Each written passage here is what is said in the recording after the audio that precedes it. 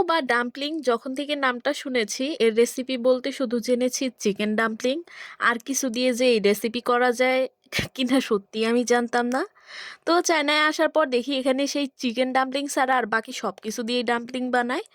তো আমার কাছে এই চাইনিজ চাইব আর ডিম দিয়ে যে ডাম্পলিংটা বানায় সেটা অসাধারণ লাগে আর করতেও তেমন ভোগান্তি নাই। প্রথমে আমি ডাম্পলিংয়ের পুরটা বানিয়ে নিয়েছি। এজন্য ২টা ডিম আর একটু লবণ দিয়ে ভালো করে ফেটিয়ে আগে স্ক্র্যাম্বল করে রেখেছি।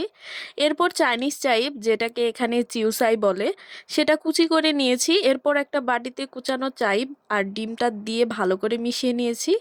এরপর তাতে অ্যাড করেছি গোলমরিচের গুঁড়ো, এরপর দিয়েছি সেসিমি অয়েল, তিলের তেল। এটা দিলে ফ্লেভারটা এত সুন্দর আসে বলার মতো না। যাই হোক, এরপর ভালো করে মিক্সড করে সাইডে রেখে দিয়েছি। এখন ডাম্পলিং এর রুটি বানানোর পালা। বাটিতে পরিমাণ মতো আটা নিয়ে তাতে একটু লবণ দিয়ে আর হালকা গরম পানি দিয়ে ডো বানিয়ে তারপর বড় বড় রুটি বানিয়ে নিয়েছি। ওয়েট ওয়েট, তারপর আমার পানি খাওয়ার মগ দিয়ে ছোট ছোট রুটি কাইটা নিছি।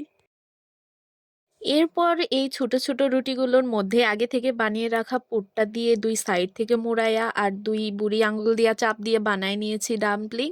অত ডিজাইন করার সময় নাই ভাই, আর চায়নাতে এভাবে বানায়। হয়তো একটু ১৯-২০ হবে, বাট অত ডিজাইন নাই। এভাবে সবগুলো ডাম্পলিং আমি বানিয়ে নিয়েছি। এবার একটা পাতিলে পানি দিয়ে তার উপর আমার রাইস কুকারের স্টিমার দিয়ে তার উপর ডাম্পলিংগুলো দিয়ে ১০ মিনিট স্টিমে রাখলেই রেডি। এখন একটা বাটিতে চিলি অয়েল আর সয়া সস মিশিয়ে ডিপিং সস বানিয়ে নিয়েছি। নাও রেডি আমার চাইনিজ চাইপ dumpling. Rating 10 out of 10। Bye by.